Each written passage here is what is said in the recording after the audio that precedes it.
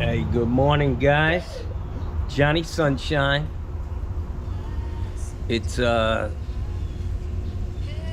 what day is it? It's Monday. Yeah. What time is it? 7:13. 13's my lucky number. Yep, it's Monday, 7:13. Johnny boy's just trying to wake up. I'm getting ready to jump in this spa, do my morning routine. The doggies are out. I've been kicking around the idea of getting some merch, you know? Listen to these guys. Listen.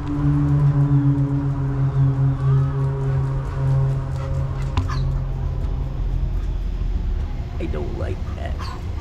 I don't like them cars making so much noise. Anyways, yeah, I've been kicking around the idea of getting some merch. And last night, I came up with a great idea. I think it will be my first,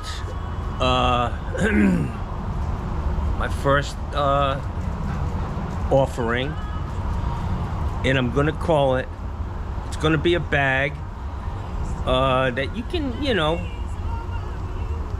they used to call them fanny packs, but mine is gonna be called a spare pair.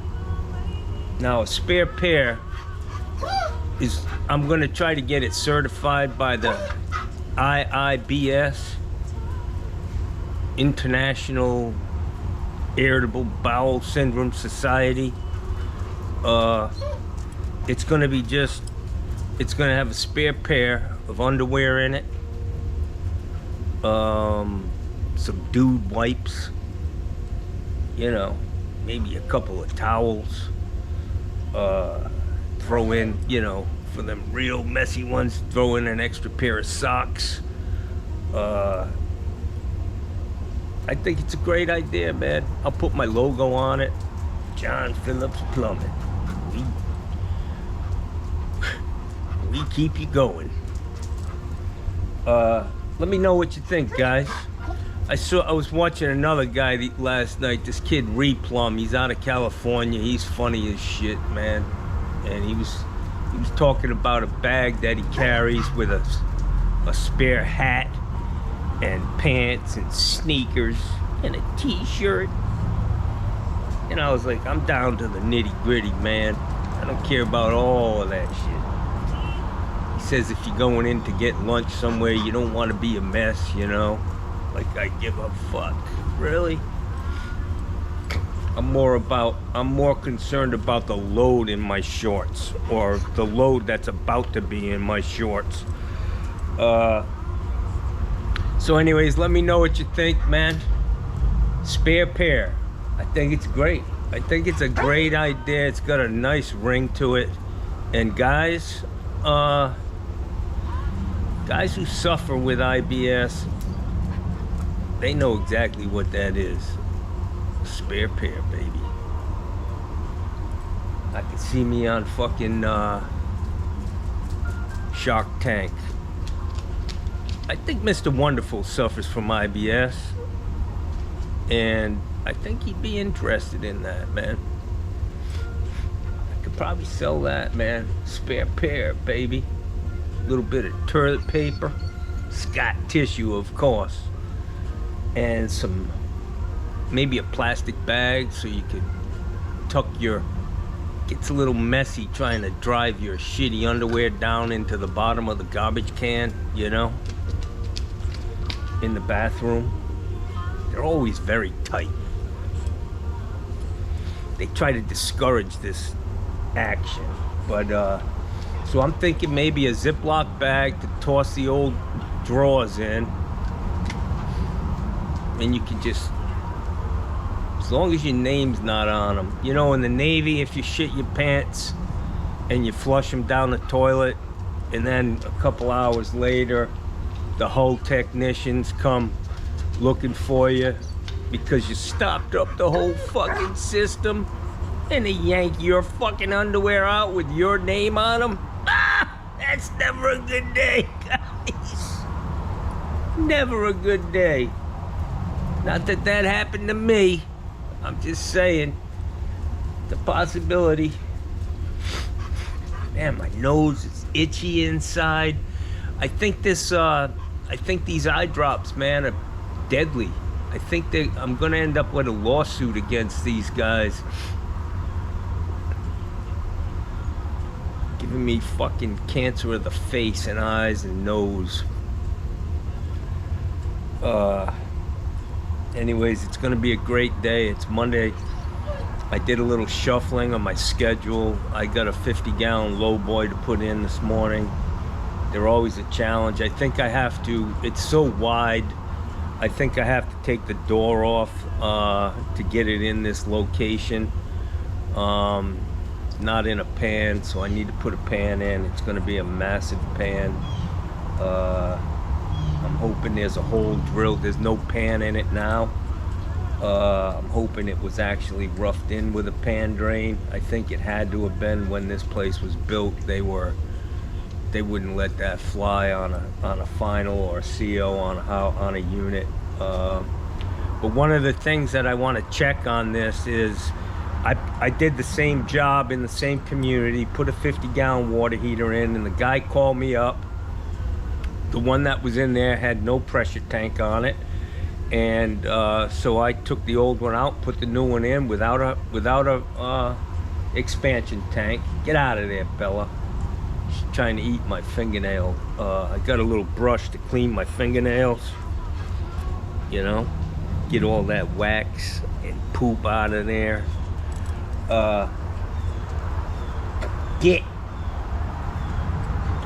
So anyways, the guy put the water heater in. The guy calls me up 4 or 5 months later. He says, hey, there's water in the pan. And I'm like, okay, fuck. And when the code now down here in Florida is the relief valve's got to go into the pan, not outside. So my job was to determine what was leaking. Was it the water heater? Was it the relief valve lifting? Put a gauge on the water heater. Had to leave it for a couple of days. It's kind of test gauge that has a red needle, and the red needle will stay at the highest, the pressure high, wherever the pressure goes, it'll stay there. So I call him up a couple days later. I said, hey man, I need you to go in and tell me what you're looking at on that gauge. And he says that's up to 150 psi, the red needle. So I'm like, all right, we got a thermal expansion problem. And I actually took the relief valve drop, drip tube, or whatever you want to call it, and made a little cup out of 2-inch PVC and put the relief valve into that cup, the drop tube. And sure enough, there was water in that. So I knew the water was coming from the relief valve. The relief was lifting. And unfortunately, the way they did these houses, which is the way I do them, I use a 125 pressure relief. It's not a TNP. It's not temperature and pressure. It's just a pressure relief valve. You can put it on the system in lieu of an expansion tank, which I prefer to do that because expansion tanks are a fucking disaster. They go bad. Sometimes they blow up. I had a guy had a brand new fucking Corvette in his garage, and his fucking pressure tank on a gas water heater blew off the fucking thing and ended up right on the hood of his fucking Corvette. The water pressure blew a hole through his ceiling, and it was a total mess, man. So I avoid those expansion tanks like the plague. I absolutely prefer to put a 125 pressure relief valve. So anyways, on the house that I put the heater in, I go outside, and where the pressure relief valve is supposed to be, it's a 1/2-inch female adapter. There's no pressure relief valve, and there's a fucking hose bib, a boiler drain screwed in there. And so it must have been dripping. And the homeowner or somebody, some idiot, said, oh, I'll just unscrew it and put a fucking hose bib in there and give you another one. You know, you already have one 2 inches away, but I'll put another one in here for you. Fucking brain surgeon. So that's my concern. When I get to this house today, I will check and make sure there is a pressure relief valve on this house, and I will change it out just because it's probably old. And while I got the water turned off, because I always put a new shut-off valve on these. Whenever I install a water heater, it gets a new shut-off valve. So I'll put a new pressure relief valve on, a 125. It's up to code. It's the preferred method down here. I know I see a lot of guys, there's expansion tanks everywhere, but they just rust out, man. They're bad news. People don't pay attention to them. It's not going to last 10 years, I can tell you that. If a water heater lasts 10, 12, 15 years, an average homeowner is not going to check that fucking expansion tank unless it's leaking. So they're always saturated. Whenever I see one, I walk into somebody's garage, the first thing I do is sound it with a pair of channel locks. I tap on it, and if it's solid all the way up to the top, I know the bladder is shot and it needs to be replaced. So in that situation, I do carry them on my truck. In that situation, I usually just put a new tank in and head on down the road. But if you're going to use a relief valve, guys, you have to put it in down here. A lot of people, and I did it for a long time, I put the relief valve out at the backflow, you know, right where the closed loop situation is.